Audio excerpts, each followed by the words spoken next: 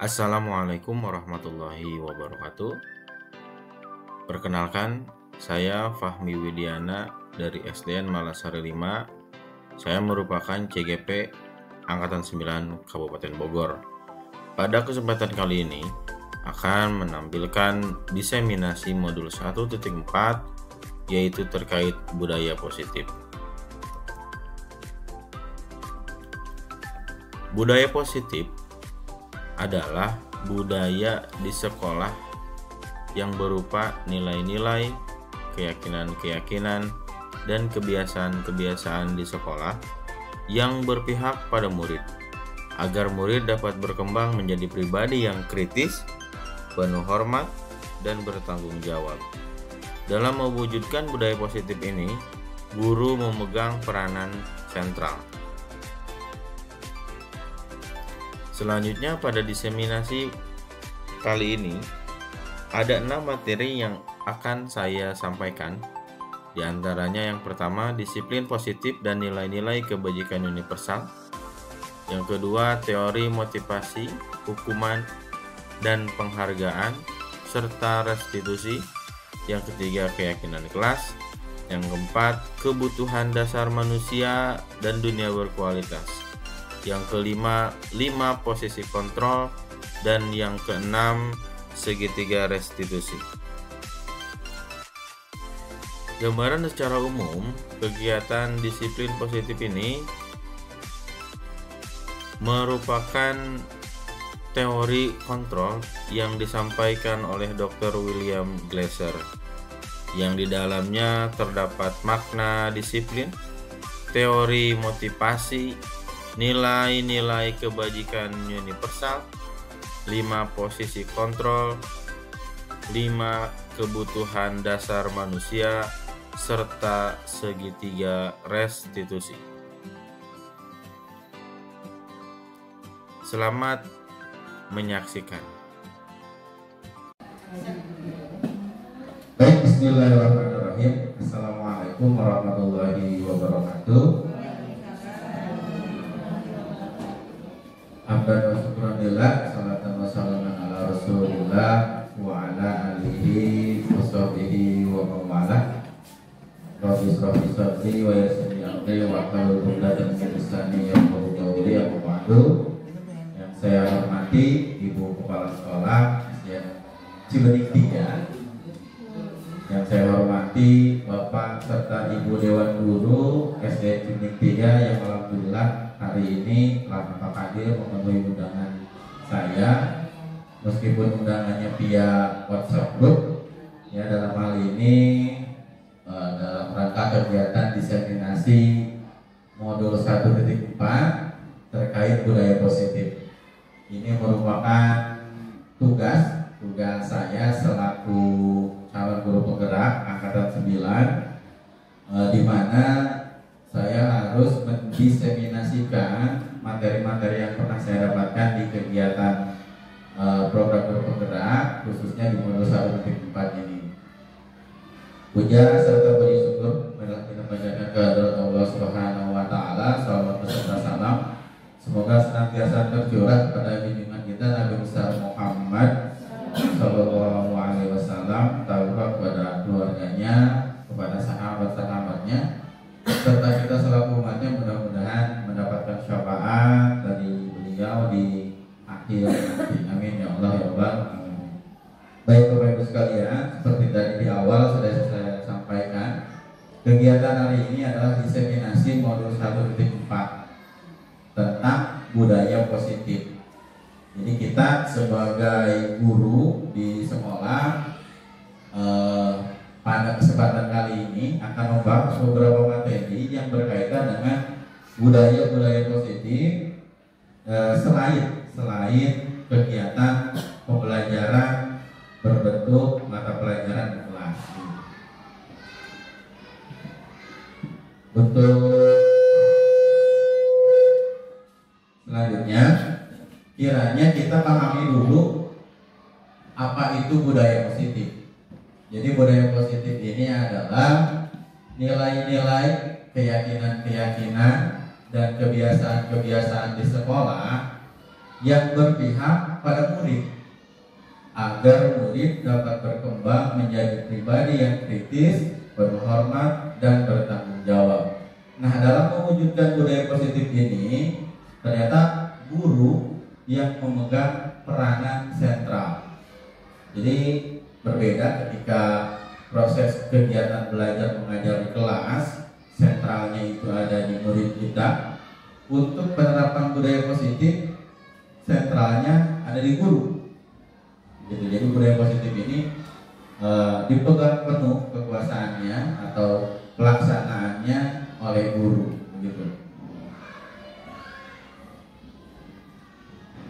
Pada hari ini secara lebih rinci lagi ada 6 materi diseminasi yang ingin saya paparkan atau kita diskusikan ya secara bersama-sama dengan niat ya, kita niatkan untuk kemajuan pendidikan kita ya, untuk perubahan peserta didik kita. Yang pertama ada disiplin positif dan nilai-nilai kebajikan universal. Yang kedua ada teori motivasi, hukuman, dan penghargaan serta restitusi. Yang ketiga ada keyakinan kelas. Yang keempat ada kebutuhan dasar manusia dan dunia berkualitas. Yang kelima ada 5 posisi kontrol. Dan yang keenam ada segitiga restitusi. Jadi ada 6 pembahasan yang akan kita coba diskusikan pada kesempatan kali ini. Yang pertama disiplin positif dan nilai-nilai kebajikan universal. Nah, secara umum bagiannya seperti ini. Di disiplin positif ini ada teori yang mendukung, yaitu namanya teori kontrol dari Dr. William Glasser. Di bawahnya ada makna disiplin, teori motivasi, 5 posisi kontrol. Nah, maka kegiatan ini tidak serta-merta digagas tanpa ada dasarnya, gitu ya. Sudah ada penelitian yang dilakukan oleh William Glasser. Disiplin positif dan nilai-nilai kebaikan universal. Kita pahami dulu apa itu makna kata disiplin. Kita di sekolah sering mengatakan bahwa siswa kita atau murid kita harus disiplin. Disiplin itu apa, begitu ya? Nah, di dalam budaya kita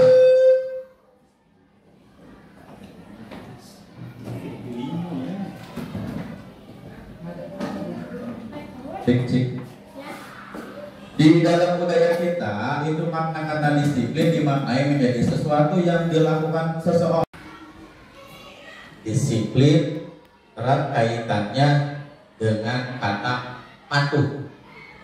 Nah, kita cenderung menghubungkan kata disiplin ini dengan ketidaknyamanan.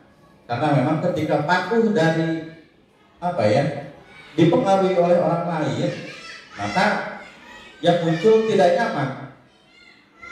Contoh misalnya kita harus datang jam 7 di sekolah, kita sebagai guru, ya, dengan berbagai dinamikanya pagi-pagi ya, dinamika kita masing-masing, kebutuhan kita masing-masing. Kadang hal itu terasa berat begitu. Tapi ya kita harus disiplin. Disiplin itu katanya kaitannya dengan patuh. Nah, kadang muncul rasa tidak nyaman dalam melakukan itu. Hal lain misalnya upacara. Katanya upacara itu untuk membentuk kedisiplinan murid-murid kita. Secara prakteknya di dalam upacara itu kita memberikan praktek-praktek kedisiplinan. Jadi murid kalau misalnya tidak kita suruh hormat, ya tidak hormat. Tidak kita suruh istirahat di tempat, ya tidak istirahat di tempat. Tapi apapun yang dikerjakan itu sesuai perintah dari orang lain. Begitu. Nah, ini nanti kita masuk ke motivasi eksternal, gitu ya. Nah, menurut Ki Hajar Dewantara, jadi di Indonesia sudah disepakati ya bahwa Bapak Pendidikan Indonesia itu Ki Hajar Dewantara. Maka apapun atau teori-teori yang beliau berikan memang sudah menjadi patokan kita dalam mendidik siswa. Nah, Ki Hajar Dewantara ini menyatakan bahwa untuk mencapai kemerdekaan atau dalam konteks pendidikan kita saat ini, untuk menciptakan murid yang merdeka, syarat utamanya adalah harus ada disiplin yang kuat. Jadi kita akan memerdekakan murid kita dengan disiplin. Begitu. Ini ada dua kata yang sepertinya berseberangan. Di satu sisi disiplin itu harus dipengaruhi oleh orang lain. Merdeka itu ya kemerdekaan dalam pribadinya. Begitu. Nah, jika kita tidak memiliki motivasi internal, maka kita memerlukan pihak lain untuk mendisiplinkan kita atau motivasi eksternal. Jadi disiplin yang dimaksud ini sebetulnya tujuan utamanya dari dalam diri kita munculnya, bukan dari orang lain. Begitu, sehingga nanti akan tercipta murid yang merdeka. Begitu ya. Kita coba lagi nanti kita bahas motivasinya ada apa saja. Itu untuk disiplin. Sekarang nilai-nilai kebajikan universal. Nilai-nilai kebajikan universal ini berarti nilai-nilai kebajikan yang disepakati bersama, universal, bersama. Itu terlepas dari suku bangsa, agama, bahasa maupun latar belakangnya. Begitu ya. Jadi nilai-nilai kebajikan yang disepakati oleh banyak faktor atau tadi ya, suku bangsa, agama. Nah, nilai-nilai ini merupakan payung besar dari sikap dan perilaku kita, atau nilai-nilai ini merupakan fondasi kita berperilaku. Jadi nilai yang menjadi fondasi kita ketika kita akan berperilaku. Nilai-nilai kebajikan adalah sifat-sifat positif manusia yang merupakan tujuan mulia yang ingin dicapai setiap individu. Secara teorinya begitu. Nah, saya punya contoh ini. Nilai-nilai kebajikan yang ingin dicapai oleh setiap anak Indonesia, ya, yang pada saat ini kita kenal dengan profil pelajar Pancasila. Saya yakin kita sepakat bahwa beriman, bertakwa, berakhlak mulia, mandiri, bernalar kritis, berkebinekaan global, bergotong royong, kreatif, ini adalah sebuah nilai kebajikan. Setuju tak kira-kira Bapak Ibu? Setuju ya? Ini nilai kebajikan secara universal. Artinya disepakati dimanapun, di agama apapun, bahwa mandiri itu kebajikan, bernalar kritis itu kebajikan, ya, bergotong royong itu kebajikan, kreatif itu kebajikan. Nah, itu yang dimaksud dengan nilai-nilai kebajikan universal. Jadi hal-hal baik yang tidak diragukan lagi kebenarannya, artinya disepakati. Itu Bapak Ibu tentang nilai-nilai kebajikan universal. Nah, ini di sekolah saya melakukan aksi nyata penerapan nilai-nilai kebajikan universal. Kalau misalnya Bapak Ibu lihat, sebetulnya ya, saya juga merasakan. Mohon maaf, sudah ada atau belum ada ini program guru penggerak, sebetulnya kita sudah ini melakukan. Kita sepakat sebagai guru di sekolah, kita sering ya melatih peserta didik kita untuk melatih kepercayaan dirinya, misalnya dengan mengerjakan soal ke depan kelas, begitu ya. Kita suka melatih kedermawanan mereka. Misalnya kita mengadakan kegiatan infak di hari Jumat, begitu ya. Kita juga sering mengikut sertakan peserta didik kita di kegiatan lomba-lomba yang memunculkan kreativitas mereka, ya. Dan ini gotong royong.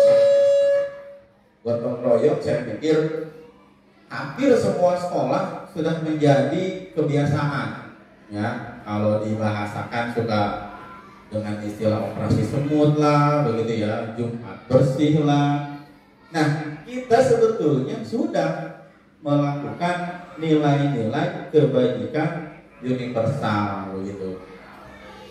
Hanya saja mungkin tadi saya katakan di awal, ini bukan saya mengajari atau apa ya, kita hanya berdiskusi saja, merefresh kembali. Oh iya ya, kita itu dulu ternyata alhamdulillah telah melakukan hal-hal ini, dan ternyata itu sesuai konsep pendidikan.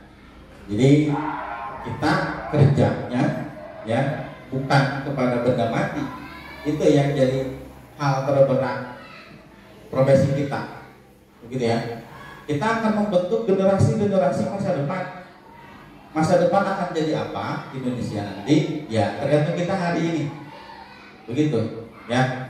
Tidak akan seperti makan cabai, memang begitu dimakan langsung pedas ya. Kita ikhtiarkan bersama-sama ya untuk selalu menerapkan nilai-nilai kebajikan universal di sekolah kita. Jadi jangan sampai nanti kita sudah pensiun, jadi kakek-kakek, nenek-nenek ya, generasi berikutnya tidak memiliki ini, waduh bahaya. Kita mau ngapain nanti udah tua? Harusnya sudah enak gitu ya. Kalau kata kasarnya menuai hasil yang dulu pernah kita tanamkan kepada murid-murid kita, kita menuainya hal-hal yang negatif. Nauzubillah min dzalik, begitu ya. Jadi alhamdulillah kalau menurut saya profesi guru itu bonusnya banyak. Ya, di satu sisi kita beribadah juga, beribadah kepada negara, kepada keluarga kita, ya digaji juga banyak, alhamdulillah.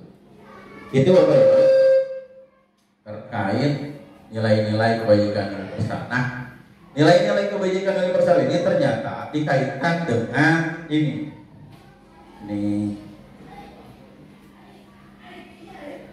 Nah ini.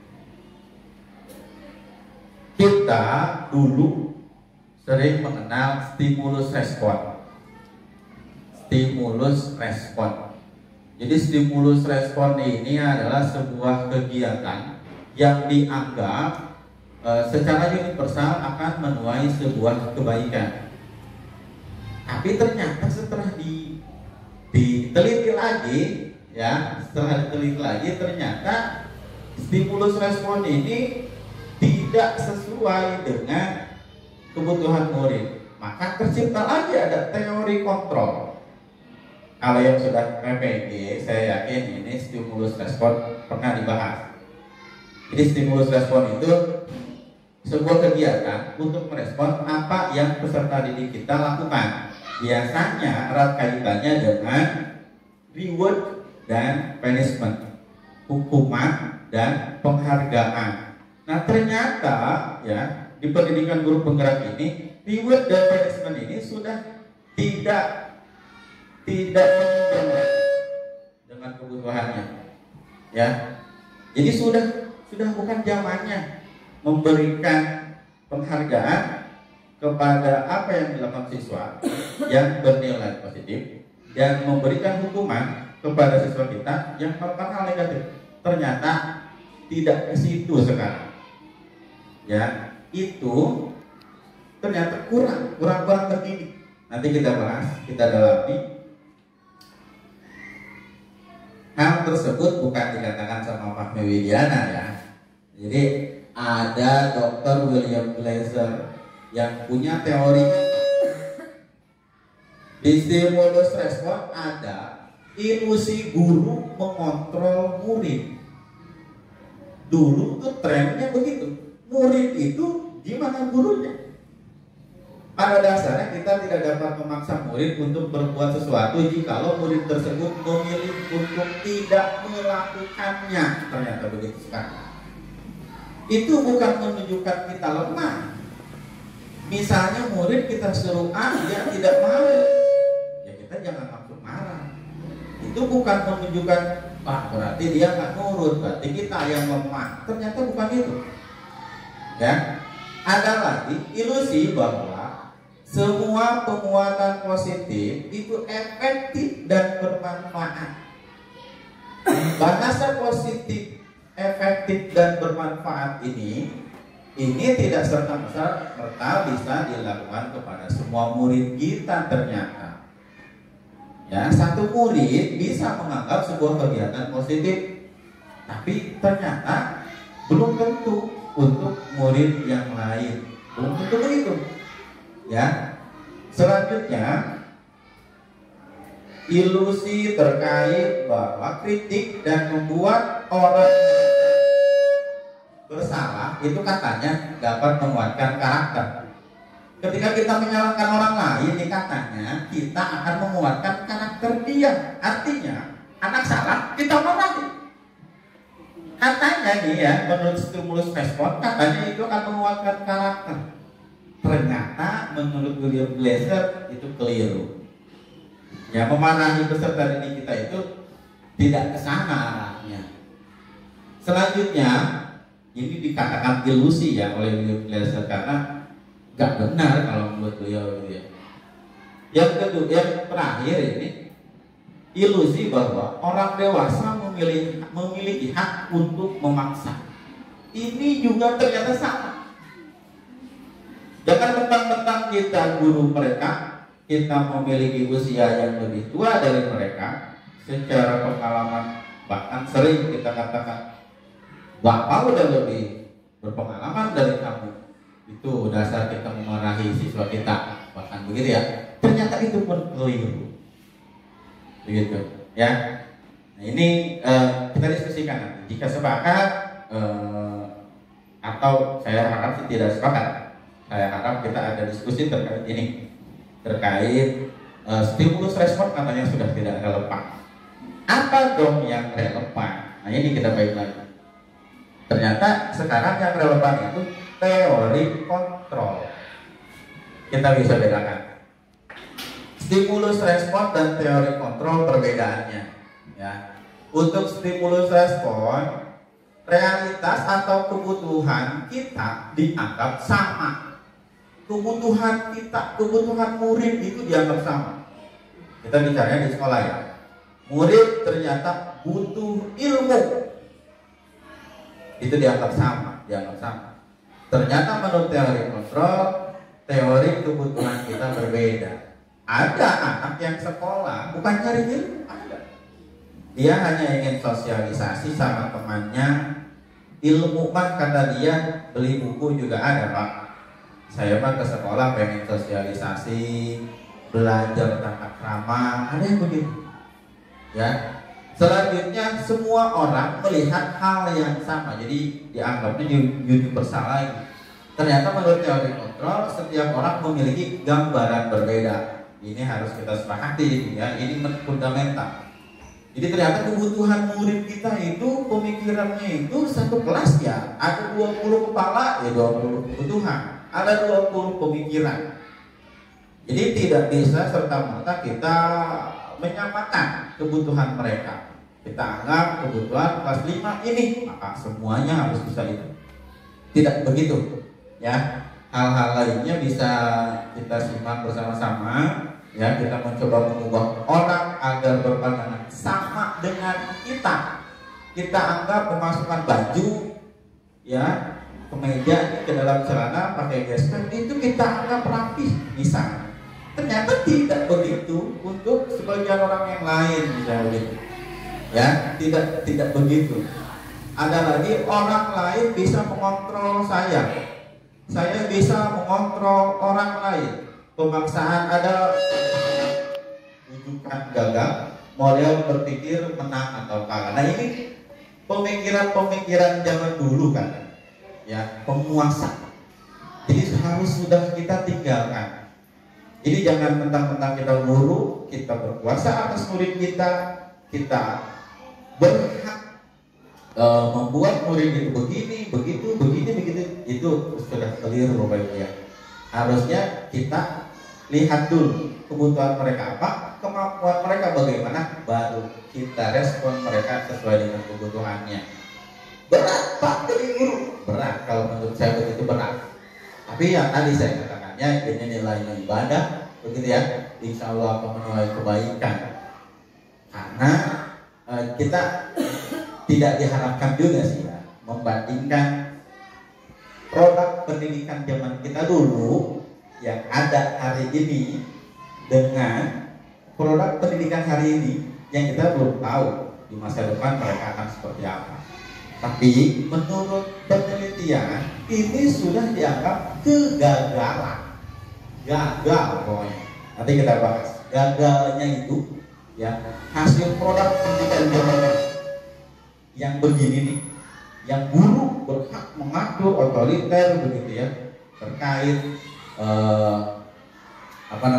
yang harus dilakukan murid, itu ternyata sudah gagal. Terlepas memang kita punya standar nasional, kita punya patokan standar nasional.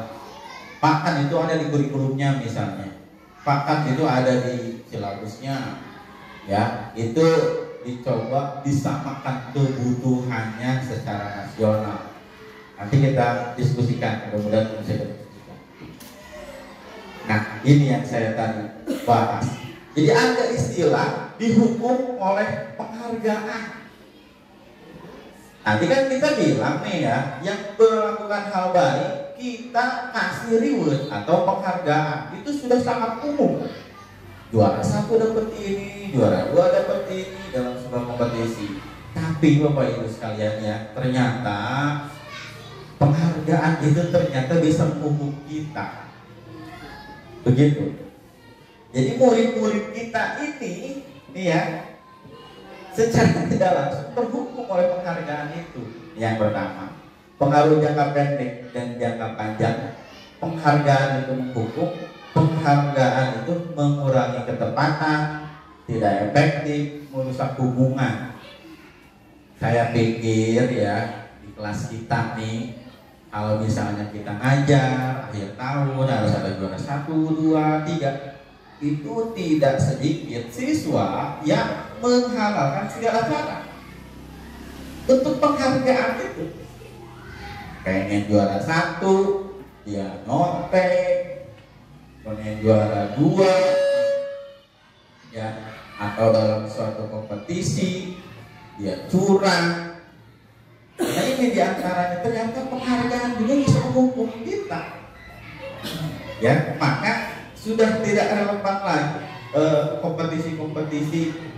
Bukan artinya begini, bukan artinya kita memang harus ada patokan menentukan satu orang lebih baik dari orang lain. Memang harus ada patokan biasanya. Biasanya nih itu dengan angka, dengan nilai. Si A matematikanya 100, misalnya si B 90, maka itu dengan serta-merta ternyata menjadikan patokan siapa yang lebih baik dan siapa yang lebih baik.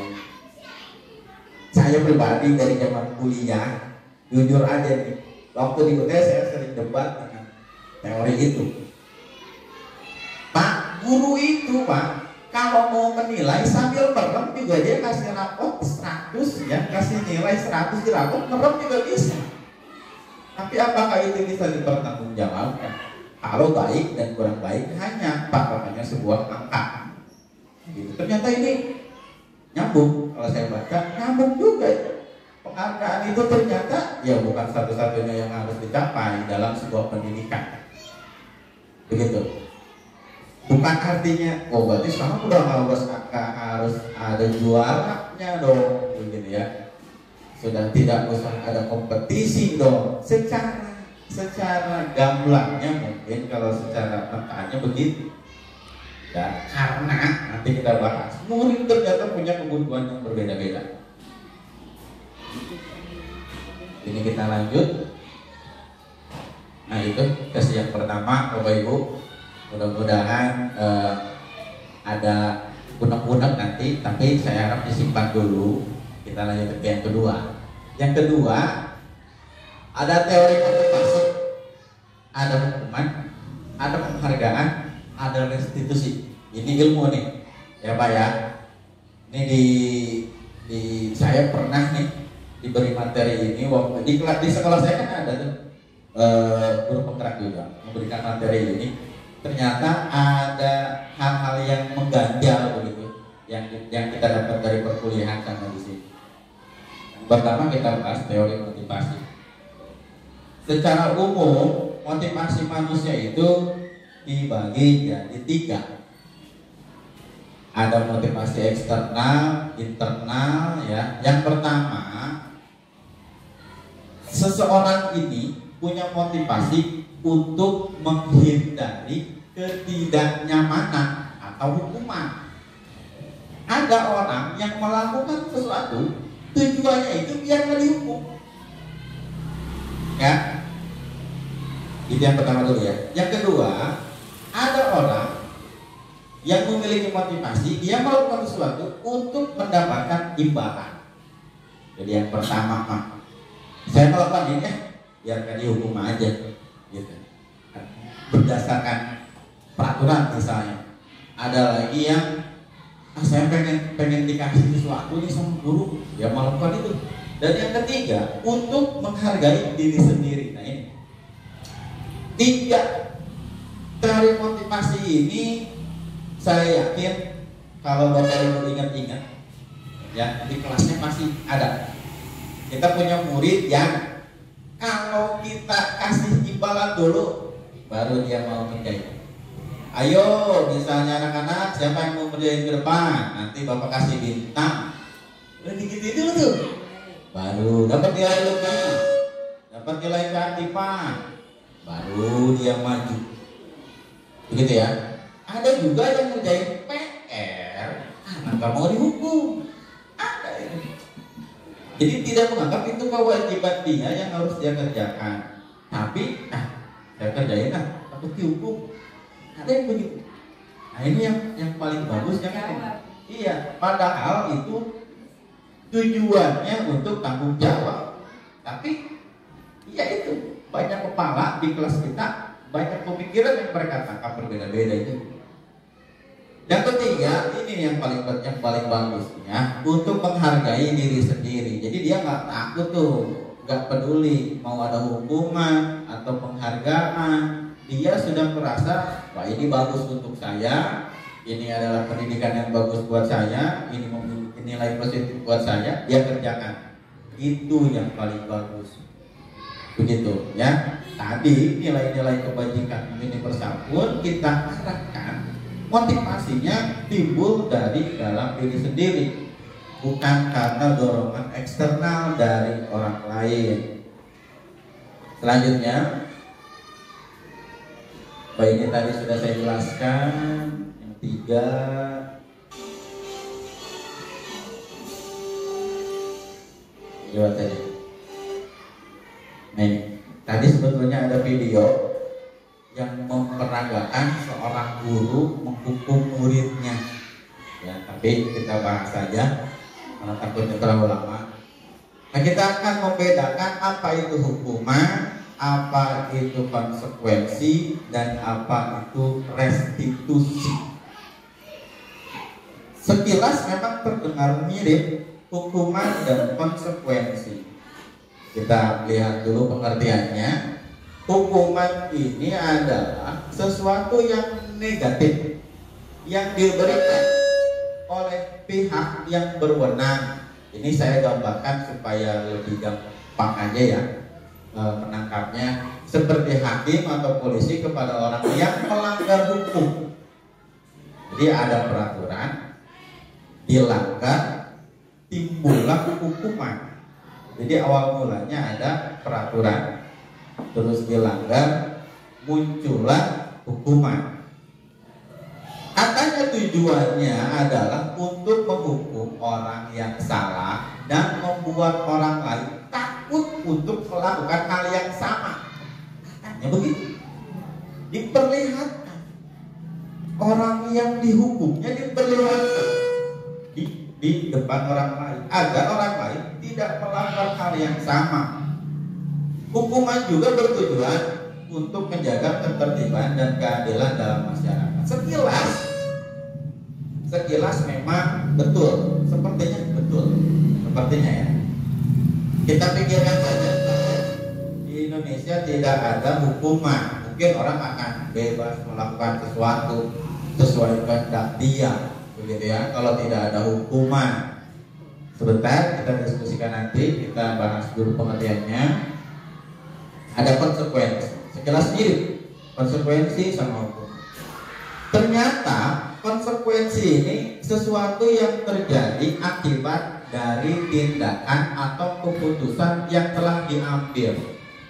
Itu terlepas ada aturannya atau tidak, begitu ya. Terlepas nih, kalau hukuman itu dipaparkan dulu peraturannya apa, undang-undangnya bagaimana, seseorang melanggar itu maka dihukum. Nah, kalau konsekuensi ini hal yang terjadi akibat seseorang melakukan sesuatu, ya, terlepas itu ada aturannya ataupun tidak. Misalnya kalau kita rajin belajar, konsekuensinya kita bisa mendapatkan nilai bagus dan pujian dari guru. Itu kan gak ada aturannya. Hal yang kita dapat dari apa yang kita lakukan. Nah, ini ya, ini sudah mulai ini ya, dari pengertiannya. Hukuman sama konsekuensi itu berbeda.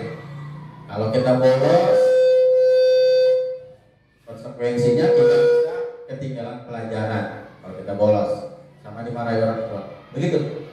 Jadi kalau hukuman itu ada hal yang dilanggar dulu, memang ada timbal balik sama dengan konsekuensi. Tapi kalau untuk konsekuensi tidak ada hal yang dilanggar terlebih dahulu. Yang ketiga ada restitusi.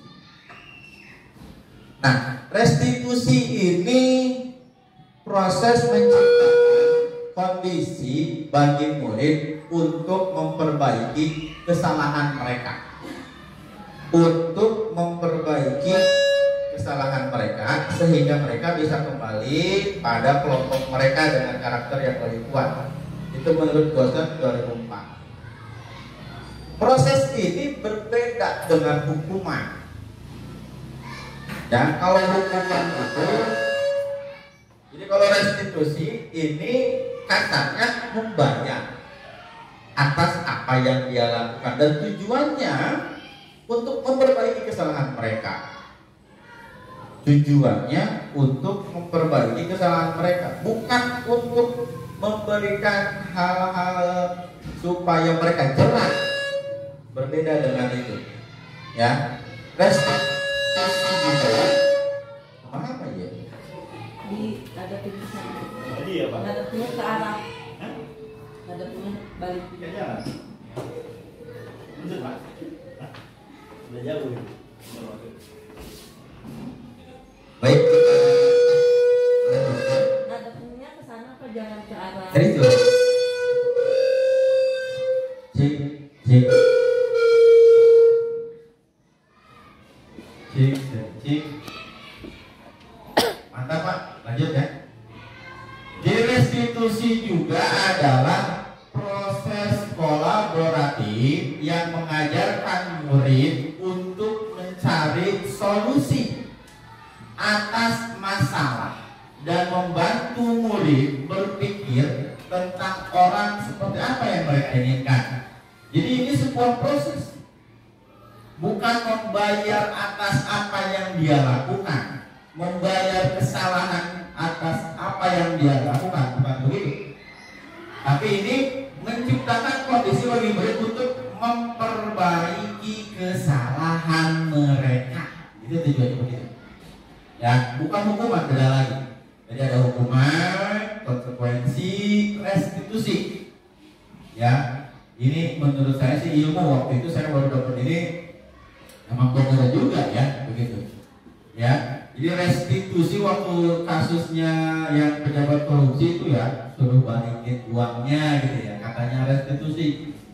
Itu membayar atas apa yang dia lakukan. Tapi ada tujuannya untuk menciptakan kondisi bagi murid untuk memperbaiki kesalahan mereka. Nah ini saya nanti akan paparkan bagaimana praktek menerapkan restitusi. Selanjutnya, nah ini yang tadi saya awal katakan, ternyata hukuman itu membuat identitas gagal dan sukses. Ya, gagal dan sukses. Pak, kata siapa?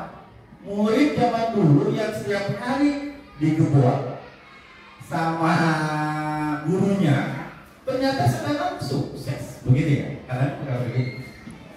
Kita lihat aja katanya, ya. Kalau misalnya lebih baik dari itu, artinya tidak ada faktor eksternal yang membuat murid itu mau ngaji, gitu ya, mau ngapalin surah, misalnya dengan motivasi dirinya sendiri, dengan keinginan dirinya sendiri, dibanding dengan takut karena takut dipukul, misalnya sama gurunya, itu pasti akan menghasilkan hal yang berbeda. Hukuman, murid ini atau anak belajar menyembunyikan kesalahan, ini akan cenderung begini karena takut dihukum. Murid kita bisa berbohong, takut dihukum. Kamu tadi siapa yang misalnya ke WC tidak disewa, bisa ya, karena takut dihukum dia nggak mau. Atau mencoba mengontrol anak dengan menguatkan negatif atau membayar imbas kesalahan, datang telat dibayar langsung push up 20 ya, atau salah pakai sepatu, salah pakai baju, atau upacara tidak menggunakan topik, langsung dibayar impas. Itu teori hukuman. Nah ternyata yang dianggap memiliki atau menciptakan identitas sukses itu justru konsekuensi dan restitusi. Dalam hal disiplin misalnya murid atau anak itu belajar taat peraturan. Untuk restitusinya murid atau anak dia akan belajar memecahkan masalah. Ya, mencoba mengontrol anak dengan penguatan positif. Anak paham bahwa dirinya sendiri yang pemegang kendali kontrol. Sebetulnya ini bedanya ya, ini bedanya dari bagaimana sikap kita mengajak murid kita berinteraksi sih sebetulnya di sini. Perbedaan. Hukuman itu muncul dari peraturan yang dibuat oleh sepihak saja. Sekolah buat peraturan, dikasih ke murid, maka ikuti itu. Nah itu, ya. Jika ada yang melanggar itu, maka akan ada hukuman. Begitu. Ini nanti akan dibahas lagi dengan kelas nyambung lagi, ya. Sedangkan konsekuensi tidak begitu. Konsekuensi itu muncul dari hasil pemikiran dia sendiri. Wah, saya nggak mau telat, soalnya takut misalnya ketinggalan pelajaran. Bukan takut itu, munculnya begitu. Ya, kita lanjut lagi, masih banyak soalnya. Nah ini, coba kira-kira ini saya ada pertanyaan nih sama Bapak Ibu. Kalau ada tindakan guru yang begini, guru memerintahkan mencatat 100 kali di dalam buku dengan kalimat saya tidak akan terlambat lagi karena terlambat ke sekolah. Kira-kira menurut Bapak Ibu ini hukuman atau konsekuensi? Hukuman atau konsekuensi nih? Jadi murid nih disuruh guru tulis banyak nih 100 kalimat. Hukuman. Nah, nanti kita lihat dulu. Ada lagi. Lari mengelilingi lapangan basket 2 kali karena terlambat hadir di sekolah. Kira-kira ini konsekuensi apa hukuman? Karena telat ya, terus disuruh lari. Apa itu? Hukuman apa konsekuensi kan? Ayo. Selanjutnya murid diminta push up 15 kali karena tidak menggunakan masker. Hukuman apa konsekuensi? Hukuman. Silakan disimpan dulu jawabannya, nanti saya kasih ininya, kunci jawabannya. Menggantikan kertas tugas teman yang telah dia coret-coret. Konsekuensi. Membersihkan tumpahan air di meja tulis karena dia senggol pada saat belajar. Konsekuensi. Murid disuruh untuk tidak mengenakan sepatu seharian di sekolah karena dia tidak menggunakan sepatu hitam. Hukuman. Lari mengelilingi lapangan basket karena terlambat 10 menit untuk pelajaran. Terjawab sekarang. Coba kita lihat coba Bapak Ibu ya. Coba. Nah, ternyata yang pertama hukuman. Yang kedua juga hukuman. Yang ketiga hukuman. Nah ini baru konsekuensi. Yang kelima konsekuensi. Yang keenam hukuman. Yang ketujuh juga konsekuensi. Begitu kira-kira. Wah, gimana ini bedanya ya? Mulai. Mana yang beda? Nah ini bedanya nih. Bedanya hukuman dengan konsekuensi. Kalau hukuman itu sesuatu yang menyakitkan itu harus terjadi. Ya, kalau konsekuensi sesuatu harus terjadi. Coba, lumayan nih olah kalimat. Yang kedua, membuat anak sakit, mau fisiknya mau hatinya, ya setelah kita hukum, itu katanya untuk jangka waktu lama itu pasti akan melekat. Ya, misalnya kita hukum mereka dengan perkataan kita sampai keadaan yang kere, misalnya ada begitu. Membuat anak merasa tidak nyaman dalam jangka waktu yang pendek kalau konsekuensi. Ya, anak membenci kedisiplinan. Sedangkan konsekuensi ini anak menghargai kedisiplinan karena mulanya dari motivasi internal. Ya, hukuman itu bersifat memaksa. Kalau konsekuensi stimulus atau tanggapan mereka atas apa yang harus mereka kerjakan. Mendorong anak menyakiti diri sendiri. Kalau konsekuensi ini mendorong anak agar menyesuaikan diri. Begitu selanjutnya ya. Ini menurut Diegassen ya dalam bukunya The Five Position. Lain ke sifat nih. Nah itu Bapak Ibu dua lumayan banyak ya. Tapi saya pikir sih yang penting lah buat kita sebagai guru. Nah ini ya keyakinan kelas. Keyakinan kelas di Bapak Ibu ada yang pernah buat keyakinan kelas? Kesepakatan atau keyakinan kelas. Ya. Jadi kalau di kita nih ya pembelajaran orang dewasa dibahasakannya kontrak belajar. Jadi sesuatu yang disepakati oleh oleh warga kelas untuk melakukan atau dalam rangka menciptakan proses pembelajaran yang baik.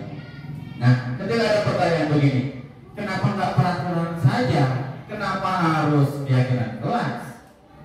Ini mungkin kalau misalnya tadi sudah menyerap, ternyata peraturan kelas kalau berbahasa peraturan diciptakan oleh satu pihak lain mengikuti, ternyata tadi itu konsekuensi. Ya, banyak menciptakan kegagalan siswa, motivasinya dari eksternal dan sebagainya. Nah, kita memiliki peraturan itu misalnya menggunakan helm dalam mengendarai kendaraan roda 2. Atau mengapa kita memiliki peraturan 3M, menggunakan masker ya kemarin. Atau kemarin tuh kita ada aturan mencuci tangan, jaga jarak, begitu ya. Nah itu kan peraturan. Nah kalau keyakinan kelas ini tujuannya untuk mendukung motivasinya dari diri sendiri atau motivasi intrinsik. Jadi sekali lagi hari ini nih kita mencoba sebisa mungkin murid kita bisanya, baiknya, pinternya, cerdasnya bukan karena orang lain, bukan karena ingin naik panggung juara 1, bukan karena dijanjikan handphone oleh orang tuanya, misalnya. Bukan itu. Kita membuat ini ya diantaranya di ikhtiar untuk memunculkan motivasi intrinsik siswa itu dengan hal yang ada di setiap hari mereka berada itu di kelas dengan membuat sebuah keyakinan kelas. Itu bisa kita lakukan di kelas kita. Misalnya mau apa, mau bagaimana, yang penting positif dan disepakati bersama-sama. Begitu sehingga mereka tidak merasa tertekan karena itu yang mereka yang mau, emang mereka yang mau begitu. Ya misalnya jangan makan di dalam kelas misalnya, kan mereka yang mau membuat peraturan itu, maka akan muncul motivasi tidak akan melanggar, muncul kurang teman aduh sangat menyilai, sangat melanggar begitu ya. Tapi sekali lagi tujuannya itu untuk menimbulkan motivasi intrinsik. Selanjutnya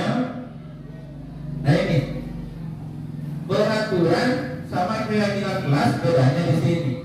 Kalau peraturan itu selalu kembali ke buku, atau misalnya kata-katanya begini, selalu kembalikan buku ke tempatnya. Ya, selalu kembalikan buku ke tempatnya. Itu kalimat berbentuk peraturan. Keyakinan kelas cukup saja ditulis tanggung jawab. Kalau keyakinan kelas itu maka akan mencakup tidak hanya mengembalikan buku saja, ya. Ada lagi misalnya kata-kata peraturan begini, dilarang mengganggu orang lain, itu peraturan. Untuk keyakinan kelas kalimatnya cukup menghormati orang lain, kata-kata positif. Hadir di sekolah 15 menit sebelum pembelajaran dimulai, itu peraturan. Untuk keyakinan kelas cukup menghormati orang lain dan berkomitmen, gitu ya. Memang terdengar, wah ini murid kita harus intelijensi tinggi nih, ya kan? Baru ngartikan tanggung jawab, ngartikan menghormati orang lain, ya, mengartikan kesehatan, bersabar, keselamatan, keamanan. Mereka dicoba untuk mengupas sendiri apa itu arti dari tanggung jawab, ya, apa itu arti dari menghormati orang lain. Nah, ini pentingnya kenapa kita harus paham apa itu keyakinan kelas dan menerapkannya di dalam kelas kita. Nah, ini yang sudah saya lakukan. Jadi saya pernah nih berdiskusi dengan kelas saya, ya, apa saja nih mereka, ada 4 lah keyakinan kelas yang mereka inginkan dan disepakati, ya, sebagai yang timbul dari dalam dirinya sendiri. Siswa harus hadir di kelas tepat pada waktunya, tiket kelas dilakukan lebih awal, wajib memakai seragam sesuai ketentuan, berperilaku sopan santun, dan saling menghargai satu sama lain. Ini muncul dari murid kita, disepakati, dibuat, ya, untuk diikuti, maka itu penerapan keyakinan kelas. Nah, ini keyakinan sekolah. Kalau saya ini keyakinan sekolah nih. Di sekolah menerapkan keyakinan sekolah dari kata stop bullying. Jadi ini disepakati di sekolah, ya, bahwa bullying itu sudah harus dihentikan. Saya kasih dulu pemaparannya, ya, kita sepakat bahwa kita tidak akan melakukan bullying. Dibuatkan lagi keyakinan kelasnya dalam bentuk poster, baru dipaparkan gitu ya, sebagai buktinya. Itu penerapannya. Nah, saya pikir ini berubah. Seperti yang tadi di awal saya katakan, murid-murid kita memiliki kebutuhan belajar yang berbeda. Nah, beranjak dari situ ternyata ada 5 dasar kebutuhan manusia. 5 kebutuhan dasar manusia. Yang pertama ada bertahan hidup. Ini kecil kan? Selanjutnya terlalu banyak. Bertahan hidup ini bisa kita jabarkan mungkin dengan istilah yang sering kita dengar, sandang, pangan, papan, gitu ya. Kebutuhan bertahan hidup itu makan, pakaian, minuman, gitu ya. Ada lagi penguasaan. Kebutuhan ini berhubungan dengan kekuatan untuk mencapai sesuatu, menjadi komponen, menjadi terampil, diakui atas prestasi dan keterampilan kita. Nah, ini apa yang kita kuasai ternyata dibutuh juga untuk diakui oleh orang lain. Ketika kita bisa melakukan sesuatu tidak diakui oleh orang lain, memang akan terasa berbeda. Maka itu juga merupakan kebutuhan yang harus manusia penuhi, ya, berbeda dengan kesombongan, berbeda, ya. Yang kedua ada kebutuhan kasih sayang dan rasa diterima. Kebutuhan ini dan 3 kebutuhan berikutnya, ya, untuk disayangi dan diterima meliputi kebutuhan hubungan dan koneksi sosial. Di kelas kita Ya, di kelas kita ada saja anak yang merasa terikat. Begitu biasanya. Saya pernah mengalami ini. Kasih sayang dan merasa diterima. Kadang di satu kelas ada aja tuh anak yang nggak punya teman, terlibat Tuhan. Ya, padahal ini merupakan salah satu kebutuhan yang harus dia penuhi. Disayangi, ya, diterima oleh komunitasnya, begitu. Selanjutnya ada kebutuhan kebebasan. Kalau ini sudah mutlak, ya, kebutuhan untuk bebas ini kebutuhan anak, kemandirian, otonomi, memiliki pilihan dan mampu mengendalikan arah hidup seseorang dan sebagainya. Yang terakhir kesenangan. Ternyata kesenangan ini bukan hal yang berlebihan. Senang itu merupakan satu kebutuhan dasar manusia. Manusia itu harus senang, ya, kudu senang. Terkait itu implementasinya gimana? Biasanya orang-orang setiap orang beda-beda. Ada yang ngopi sambil merokok aja, main gitar, gitu ya. Ada yang di-chat saja sama pacarnya udah senang, gitu ya. Beda-beda memenuhi kebutuhan. Ada yang harus ke mall aja juga ada. Ada yang harus belanja aja juga ada. Tapi ya, aja atau tidak, itu memang harus dipenuhi. Karena itu merupakan sebuah kebutuhan dasar. Kudu senang, ya, akan berpengaruh soalnya terhadap hal-hal lain. Iya. Ketika kesenangan tidak terpenuhi, satu nih dari 5 dia minus 1 nih, ya. Dunia seperti pincak lah gitu ya. Jadi kesenangan ini, kebebasan, disayangi, diterima oleh lingkungan, penguasaan untuk bertahan hidup, itu merupakan 5 kebutuhan dasar manusia. Sudah mendekati. Ini sekarang.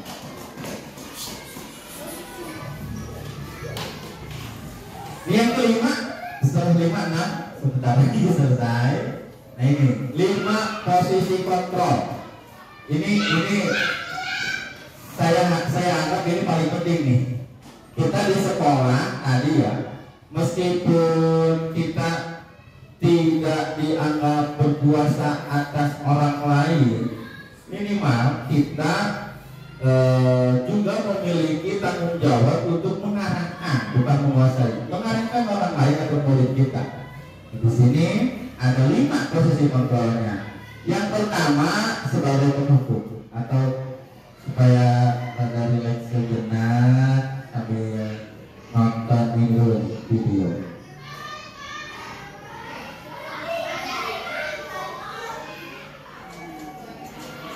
Cuma ini tadinya nyambung ke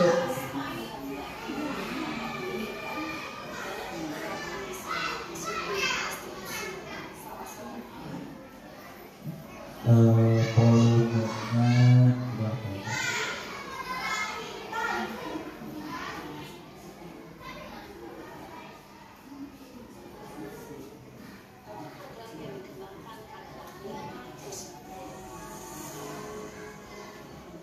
Ada video yang diperagakan oleh satu orang guru dengan muridnya. Posisi guru sebagai penghukum, pembuat rasa bersalah, posisi sebagai teman, posisi guru sebagai pemantau, dan posisi guru sebagai manajer. Nah, di sini ada videonya.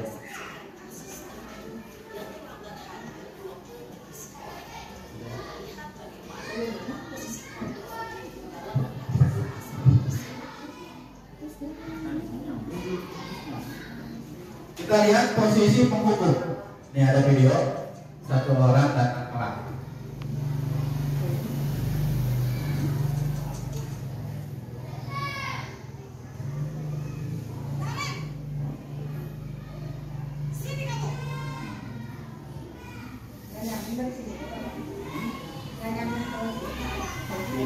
Udah kesana, tapi ada koneksi ini.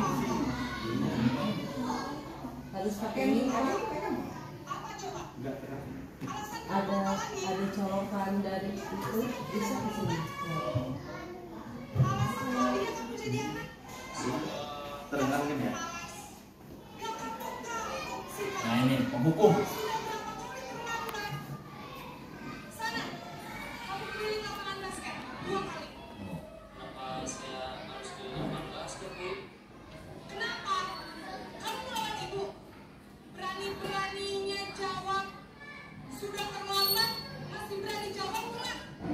Ada ya guru yang begini ya? Ada. Ini posisi kontrol guru. Ya, berhukum. Oh iya, sampai ke situ.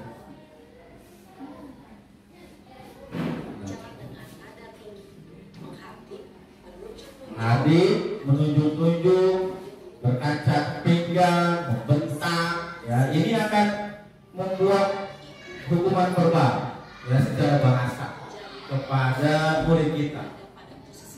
Akhirnya murid kita jadi pendendam, ya, tidak menyukai guru yang suka begitu. So kira-kira saya pernah begitu ya, tapi mudah-mudahan tidak begitu lagi. Atau pernah saya begitu kan? Pernah. Itu posisi penghukum.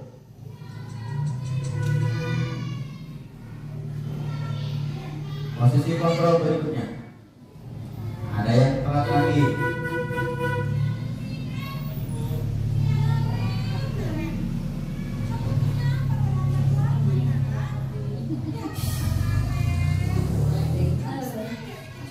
Nah, senang ya begini Bu Susta.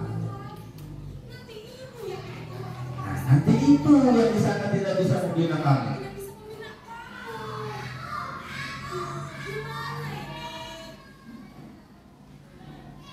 Nah, ini. Aduh, Gusti Nares.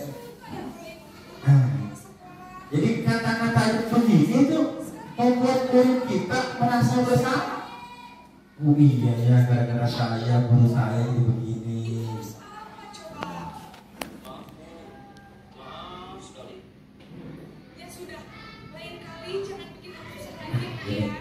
Ya, ada guru, ada posisi begini ada.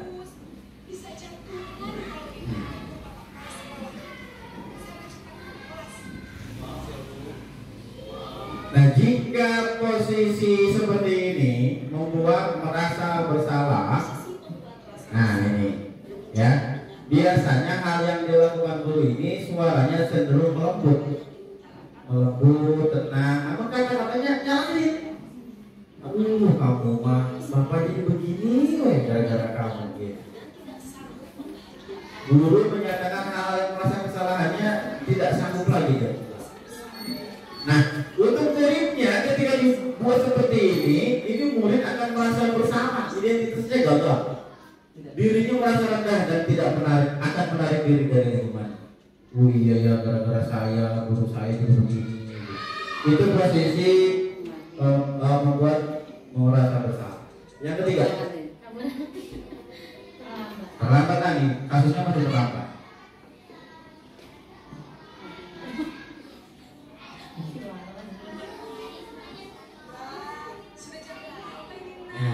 Sini. Iya.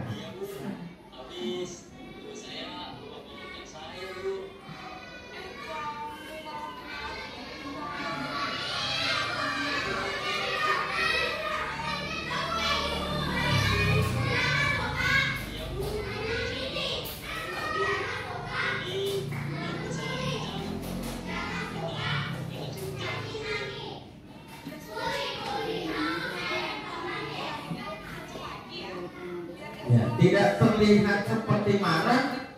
Nah, bikin senang ibu. Ya, bisa kan nih? Bisa. Nah. Seperti apa kira-kira? Seperti temannya. Ya, jadi memposisikan muridnya itu seperti temannya. Kamu mah, kita berbicara seolah seperti kita solusi mereka. Suara gurunya ramah, ya, cenderung bersenda gurau untuk mengangkat suasana. Ini posisi yang begini Ya, merupakan salah satu posisi kontrol guru. Tapi dampaknya murid akan bergantung kepada satu orang, sama guru ini aja. Murid tidak mandiri dan tidak bisa berpikir untuk diri sendiri. Gurunya udah baik ini, udah kayak teman saya sendiri ini, begitu nanti. Ya. Nah, sekarang sebagai pemantau, monitor, alat lagi sih Lambat deh, kan guru BP datang. atau lagi dilihat lagi.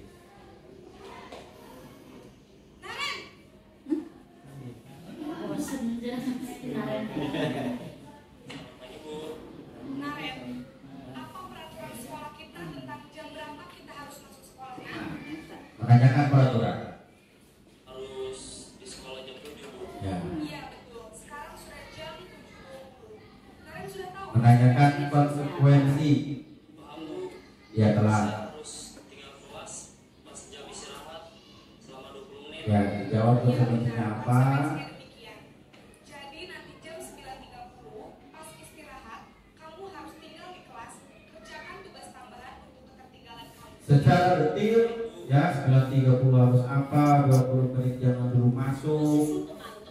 Nah, ini pemantau.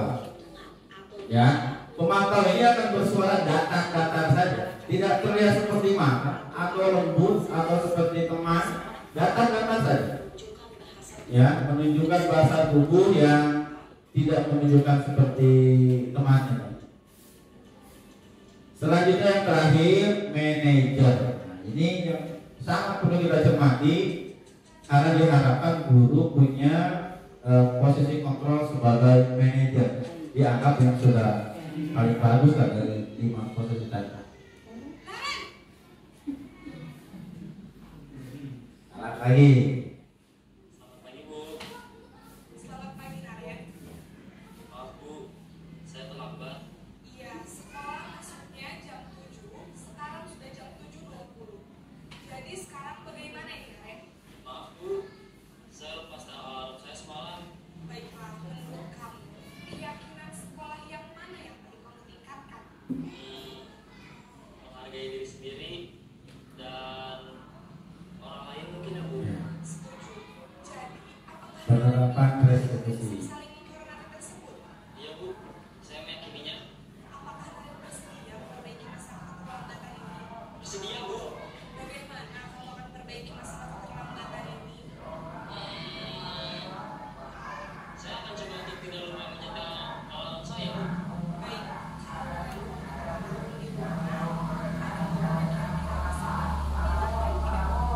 Bawa. Ada, Bu. Kata saya, KMA. ada lagi selain KM? Selain KMA, ada ibu saya. Baik, jadi yang mengingatkan Naren Ya. untuk KM. Di manage sebaik mungkin perannya. Kenapa? Gara-gara apa? Kira-kira penyelesaiannya harus bagaimana? Ya dibantu. Sinarnya itu dibantu sama gurunya. Tidak dimarahi, tidak dibuat merasa bersalah, tidak dibuat seperti teman, ya. Tapi dia disadarkan kesalahannya apa, terus cara menyelesaikan masalahnya bagaimana, ya, sehingga perbuatan sinaren ini atau pelaku ini tidak terulang lagi. Ya, yang sangat disarankan untuk mendidik murid. Suaranya netral, tidak tinggi, menciptakan identitas positif, ya. Guru tulus mengajukan pertanyaan, guru mendidik murid untuk memecahkan masalahnya. Jadi nanyanya itu bukan basa-basi, bukan memarahi, tapi memang untuk mencari solusi dari permasalahan murid kita. Nah, yang gampang ini murid akan mandiri, percaya diri, dan akan dapat memecahkan masalahnya. Bapak guru hebat, Ya. setelah mengamati adegan kelima posisi kontrol tadi, kira-kira posisi mana yang paling ideal? Selanjutnya itu dulu ya, yang terakhir nih, karena waktu juga. Jadi penerapan segitiga restitusi yang barusan saja Bapak Ibu saksikan sebetulnya sudah nyambung ke sini. Posisi kontrol sebagai manajer ini yaitu merupakan penerapan posisi kontrol. Penerapan segitiga restitusi. Tadi sudah saya jelaskan, restitusi itu tujuannya untuk memperbaiki kesalahan si yang bersalah ini, dalam hal ini murid kita ya, bukan sedang menghukum. Nah, caranya ada 3. Yang pertama, kita stabilkan dulu identitasnya. Ketika kita menemui murid kita yang salah, jadi kita tidak serta-merta langsung menghukumnya. Ya, bisa dibayangkan saja kalau murid kita panggil ke kantor, itu dipanggilnya aja udah deg-degan itu depan, ya kan? Aduh, naon ya? Misalnya si Anu dipanggil, suruh Pak ini misalnya masuk ke kantor, di jalan aja dia udah berpikir macam-macam, aduh ya naon dia gitu ya, udah kacau lah. Nah, tugas kita yang pertama ketika kita bertemu murid kita yang seperti itu, kita stabilkan dulu identitasnya. Ya, ini adalah bagian dasar dari segitiga restitusi untuk mengubah identitas anak dari orang yang gagal karena sudah melakukan kesalahan menjadi orang yang sukses. Ya, kita bangkitkan. Dia udah salah nih, kita bangkitkan dengan menggunakan kalimat-kalimat yang membangkitkan. Misalnya, Naren, misalnya, Bapak tahu semua orang pasti pernah melakukan kesalahan. Nah, ini, ya, kita ada ngobrol dulu, kita stabilkan dulu. Dia udah sadar bahwa dia udah tahu dia salah. Tapi kita stabilkan dulu, ya, dengan kalimat begini. Setiap orang itu pasti pernah melakukan kesalahan. Atau dengan mengatakan begini, kalimat begini, kamu itu bukan satu-satunya yang pernah melakukan kesalahan seperti ini. Nah, itu kita bangkitkan lagi. Jadi ada anak yang membuat salah itu, udah merasa gimana tahu, aduh gimana ini saya pernah melakukan ini, saya udah gagal banget bisa begitu. Maka hal yang harus kita lakukan yang pertama kali adalah kita stabilkan dulu identitasnya. Ya, kita bangkitkan lagi. Yang tadinya nunduk, dia udah pede lagi. Selanjutnya kita validasi kesalahannya. Tadi tuh kita harus Naren, kita masuk jam berapa? Terus kamu datang jam berapa? Itu ditanya. Ya, validasi. Jadi diyakinkan yang mana sih ya kesalahan yang telah dia lakukan, begitu ya. Nah, begini kalimatnya bisa kita katakan, kamu tentu punya alasan mengapa melakukan itu. Tadi kalau si Naren, kenapa telat? Ditanya kan. Terus kata si Naren, bangunnya kesiangan, begitu kan. Terus ada nggak cara yang lebih efektif untuk mendapatkan apa yang kamu butuhkan? Tadi begitu kan? Tanya, kira-kira gimana nih selain Allah? Bisa katanya meminta bantuan kakaknya untuk membangunkan. Itu kesalahan yang dilakukannya divalidasi dan dicari solusinya. Yang terakhir di segitiga restitusi ini adalah menanyakan keyakinan. Sudah tahu nih salahnya apa, kita tanya lagi keyakinan kelas yang mana yang sudah dia langgar. Ya, kalau si Naren tadi menghargai orang lain, itu yang sudah dilanggar oleh si Naren. Kenapa menghargai orang lain? Karena gara-gara si Naren pembelajaran yang harus dilakukan oleh banyak teman-temannya di kelas terganggu karena dia belum datang. Ya, ditanya lagi kalimatnya bisa begini, kamu ingin menjadi orang yang seperti apa sih? Nah, ini untuk menanyakan keyakinan. Segitiga restitusi ini, ya, segitiga restitusi ini sekali lagi tujuannya untuk memperbaiki kesalahan, membayar kesalahan, bukan menghukum. Ya, yang sudah salah kita bangkitkan lagi. Terus kita tanya salahnya salah apa? Terus kita tanya lagi kira-kira bagaimana memperbaikinya? Terus kita sadarkan kembali bagaimana si anak tersebut tidak melakukan kesalahan lagi. Ya, ini bisa kita lakukan di praktek dalam kelas kita. Nah, ini penerapan segitiga restitusi yang pernah saya terapkan di sekolah. Ya, saya pikir di setiap sekolah juga pasti ada masalah. Ini saya mencoba menerapkan segitiga restitusi yang tadi. Saya bangkitkan dulu motivasinya, validasi kesalahannya, dan tanyakan keyakinan yang mana yang dia langgar. Ini enggak cukup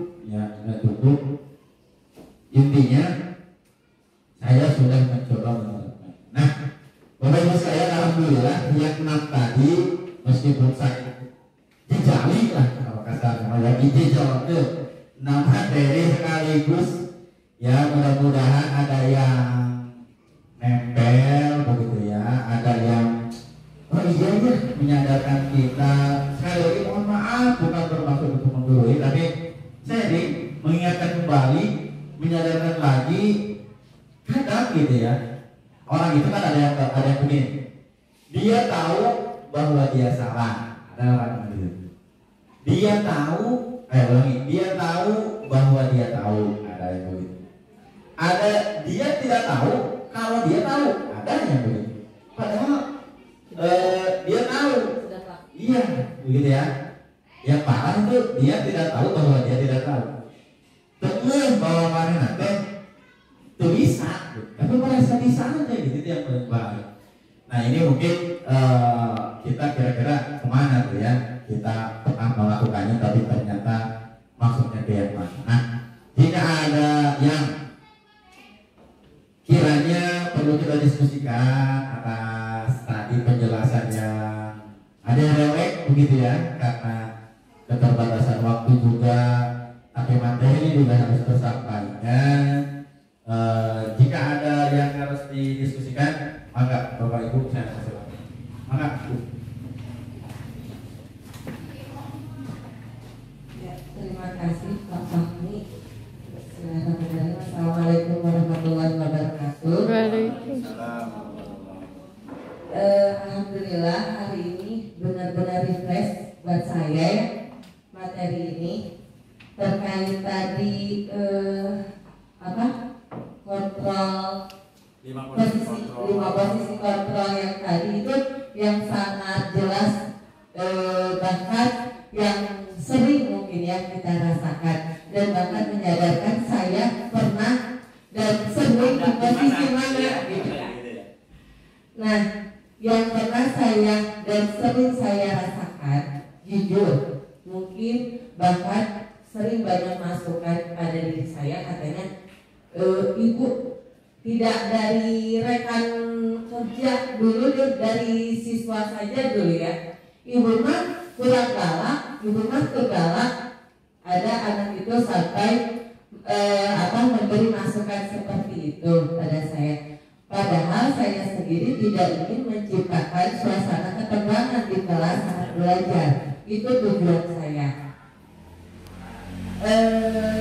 Yang pernah saya rasakan ketika tugas yang minggu ini saja, yang terakhir kemarin saya berikan tugas ke anak itu soalnya tidak banyak, hanya 3 soal matematika. Saya berikan untuk latihan di rumah. Alhamdulillah beberapa siswa yang memang sudah bisa, tidak ada masalah. Ketika bahkan ada siswa yang bisa tapi mereka pun ada yang tidak mengerjakan, dan bahkan ada siswa dia di kelas pun mungkin karena pemahamannya sedikit lambat untuk memahami materi. Saat saya berikan tugas lalu di rumah tidak dikerjakan, memang saya tidak pernah sampai memarahi atau bahkan memberikan punishment. Bukan berarti saya takut pada siswa, bukan berarti saya takut pada orang tua, tapi saya ingin membuat anak yuk merasa seru, nyaman dulu dengan saya belajar, gitu ya. Tapi ketika saya tanyakan, saya mencoba untuk memposisikan, mengontrol diri untuk mencari tahu apa sih permasalahan anak tidak mau belajar, gitu ya, tidak mau mengerjakan tugas di rumah. Saya tanyakan, kenapa Bu belum paham? Kenapa tidak ditanyakan ke ibu? Kenapa tidak dibaca lagi atau bahkan minta bantuan? Karena memang anak itu sebenarnya ketika sudah kurang paham untuk membaca materi pun akan tetap kesulitan. Jadi memang salah satunya harus ada pendamping. Ketika saya tanyakan, kenapa tidak minta bantuan sama mama mungkin atau kakak yang ada di rumah?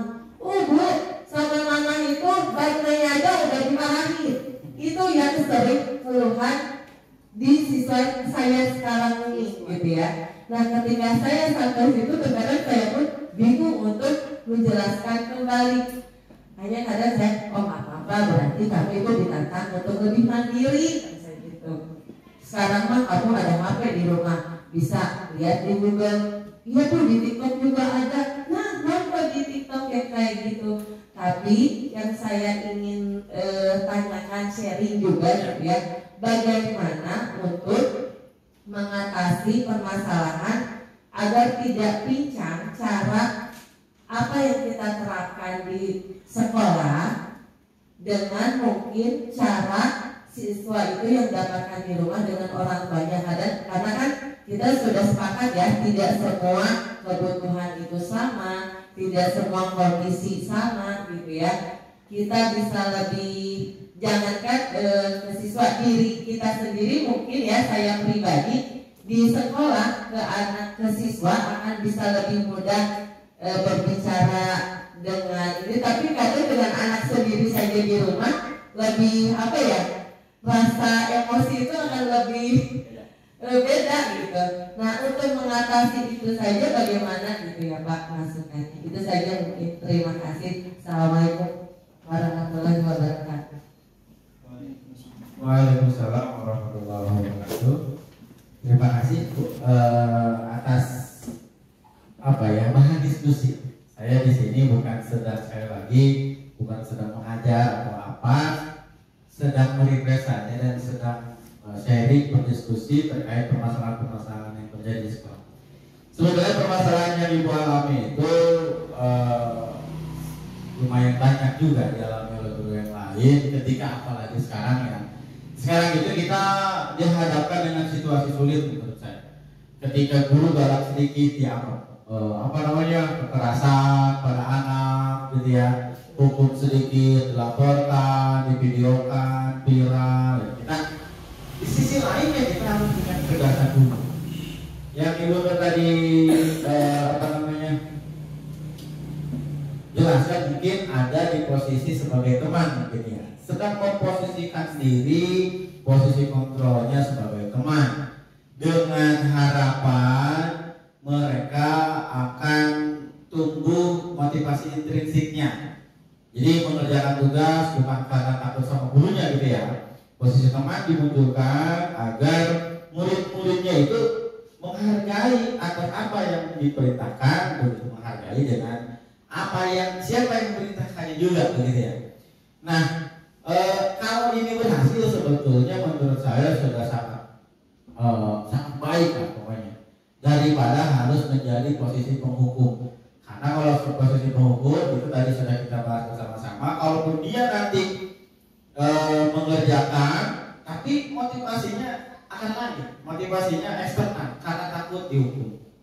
Nah, terkait perbedaan misalnya sudah diterapkan lagi metode lain, misalnya pengerjaannya diberikan keluasan, tidak selesai di kelas boleh dibawa ke rumah dengan metode yang lain begitu ya. Sebetulnya itu pun sudah sangat baik. Ini kalau saya kaji ya sudah masuk ke dalam pembelajaran berdiferensiasi. Jadi Ibu itu membuat sebuah metode pembelajaran yang di sekolah itu sesuai dengan kemampuan murid. Murid yang bisa mengerjakan di sekolah, gitu ya. Murid yang harus dikerjakan dengan bantuan orang lain, dikerjakan juga tuh. Itu sebetulnya sudah merupakan pembelajaran berdiferensiasi. Sudah sangat baik, hanya saja untuk tingkat keberhasilan memang sekali lagi kita kembali lagi ke kemampuan murid kita, begitu ya. Karena kita memang punya target, ini harus mereka bisa, begitu ya. Harus mereka kuasai, kita punya target dengan cara begini yang kita lakukan di kelas, dengan cara begini dibawa ke rumah, mudah-mudahan dibantu sama orang tuanya bisa, begitu. Tapi ya itu tadi kita tidak kalau di tujuan pembelajaran lah ya, tujuan pembelajaran kan kita belum pernah membuat siswa dapat menjadi ahli matematika, gitu kan ya? Tidak begitu juga. Yang pasti saya apresiasi kepada Benur karena prosesnya itu sebetulnya sudah sangat bagus, sudah sesuai aturan itu, ya sudah sesuai aturan. Hanya saja itu tingkat keberhasilan itu tidak akan 100%. Memang Lalu nanti ketika apa namanya, tetaplah misalnya ibu pengennya 90%, kan masih ada tuh 3 ya. 3 dari berapa Bu? Dari 20 gitu. Itu sebetulnya sudah sangat berhasil ya, kalau kita katakan. Mohon maaf jika jawaban saya kurang puas, tapi setahu saya yang ibu lakukan itu sudah sangat baik, sudah sesuai. Artinya bisa dari atau tidak, ibu sudah melakukan pembelajaran berdiferensiasi, membuat metode pembelajaran yang disesuaikan dengan kebutuhan murid. Si ini mah nggak bakalan beres nih di sekolah sama ibu dibayarkan dengan tidak menghukumnya. Memang begitu, memang harusnya begitu. Ya, memang harus begitu. Tapi sekali lagi, tingkat keberhasilannya memang saya belum pernah ya melihat kelas yang keberhasilan pembelajaran 100% kan. Tapi mudah-mudahan ikhtiar yang ibu sudah lakukan, saya sedikit berikan penguatan, memang sudah sesuai, memang harus sudah begitu. Mudah-mudahan di pelajaran yang lain bisa lebih sukses lagi keberhasilan ibu ini. Atau mungkin ada tanggapan dari yang lain? Ibu pertanyaannya kan intinya pengen 100% ya?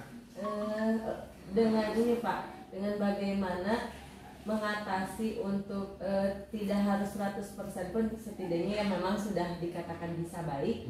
Lalu dengan kondisi ketika kita menerapkan sesuatu di sekolah itu dengan tadi yang Bapak katakan diferensiasi atau apa ya, dengan apa, ada, jadi anak itu ada peran orang tua pun jangan sampai lepas ketika di rumah gitu. Jadi tidak hanya orang tua pun tidak hanya mengandalkan dengan guru gitu, tapi guru pun ingin kerjasama dengan orang tua. Tapi ketika mendengar ternyata laporan anak-anak itu curhatannya begitu gitu ya, wah mama begini katanya, begini gitu.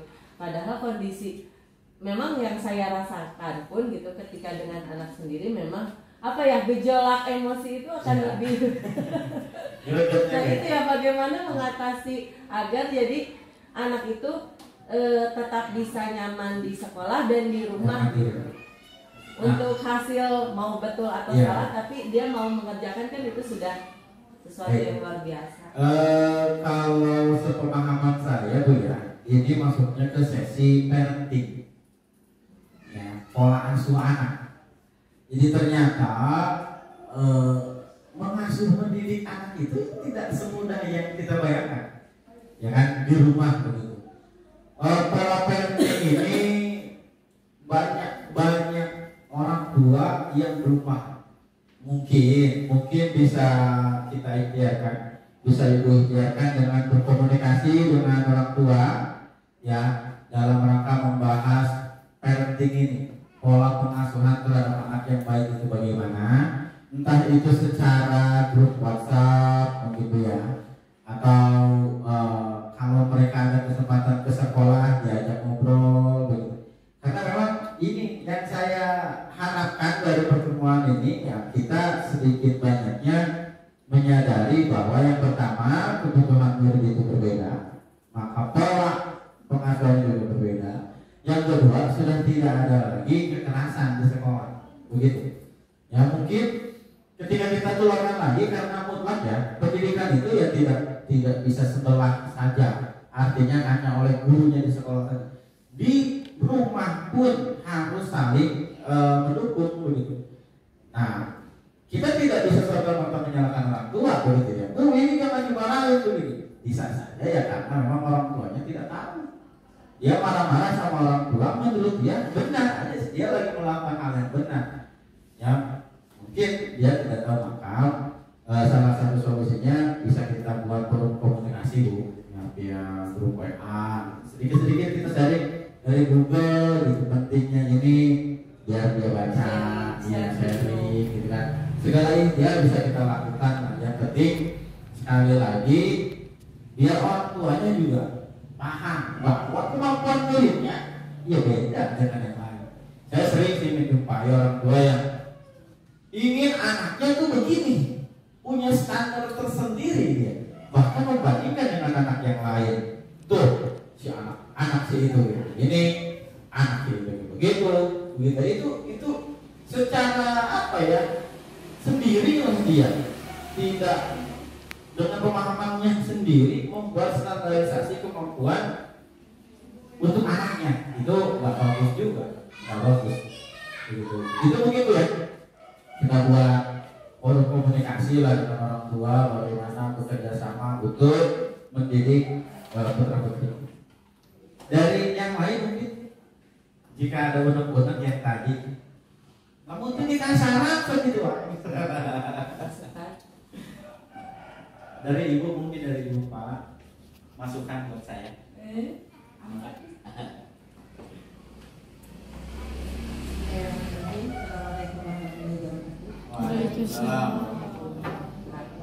Terima kasih buat Pak Fahmi yang sudah melakukan diseminasi ya program guru penggerak yang mudah-mudahan bisa memberikan kepada kita semua ilmu yang bermanfaat sehingga ada sebuah pencerahan kita dalam kegiatan belajar mengajar di sekolah. Karena buat saya mungkin tidak ada kesempatan lagi untuk menjadi guru penggerak gitu kan ya. Dan kalau kita tidak terjun langsung ikut serta dalam program tersebut, maka kita tidak akan tahu banyak. Dan ini merupakan buat saya kesempatan yang baik ketika Pak Fahmi meminta waktunya untuk berdiseminasi kegiatan program guru penggerak ini ya. Mudah-mudahan dengan kegiatan ini kita semua, terutama guru-guru di sini, termotivasi untuk mendaftar guru penggerak, karena sebelum-sebelumnya juga selalu dihimbau dari pengawas ya, dari Disdik gitu kepada kepala sekolah untuk memberikan motivasi atau menggerakkan guru-gurunya untuk ikut guru penggerak. Dan mudah-mudahan dengan adanya program diseminasi ini, mudah-mudahan karena di SD 3 ini mungkin belum ada ya yang ikut daftar guru penggerak, dan mudah-mudahan nanti kedepannya diberikan kesempatan ya untuk menjadi guru penggerak. Mungkin itu aja. Terima kasih. Assalamualaikum warahmatullahi wabarakatuh. Waalaikumsalam warahmatullahi wabarakatuh. Terima kasih kepada Ibu Eni sebagai kepala sekolah SD Bening 3 yang pada kesempatan kali ini, alhamdulillah Ibu, terima kasih yang sebesar-besarnya telah memberikan waktu kepada saya untuk sedikit berbagi atas yang saya pelajari gitu ya. Mudah-mudahan ini masuk ke dalam kategori ilmu yang bermanfaat ya, jadi ladang ibadah buat saya, sehingga hari ini kita bisa sharing ya, yang tadinya sudah lupa jadi diingatkan kembali, sehingga bisa memberikan sedikit meningkatkan lah kualitas pendidikan di sekolah kita. Kalau pembelajaran metodenya banyak tuh ya, tapi hari ini ternyata itu dianggap bukan satu-satunya hal yang sangat penting. Justru urgensinya di karakter. Jadi pendidikan sekarang yang lebih ditekankan lagi, artinya membuat anak pintar itu metodenya bisa berbagai macam cara, tapi untuk membuat anak berakhlak ini yang lebih susah lagi gitu ya. Makanya kita harus menjadi pembelajar sepanjang hayat gitu, ketika akan mencetak generasi bangsa yang selanjutnya. Bapak Ibu sekalian, kiranya pertemuan hari ini sudah selesai. Saya paparkan semua materi yang sudah saya dapatkan dari pendidikan guru penggerak. Sekali lagi terima kasih atas kesempatannya, terima kasih atas waktunya. Kita sama-sama akhiri dengan pembacaan lafaz hamdalah. Alhamdulillahirabbil alamin. Wabillahi taufiq wal hidayah. Assalamualaikum warahmatullahi wabarakatuh. Waalaikumsalam.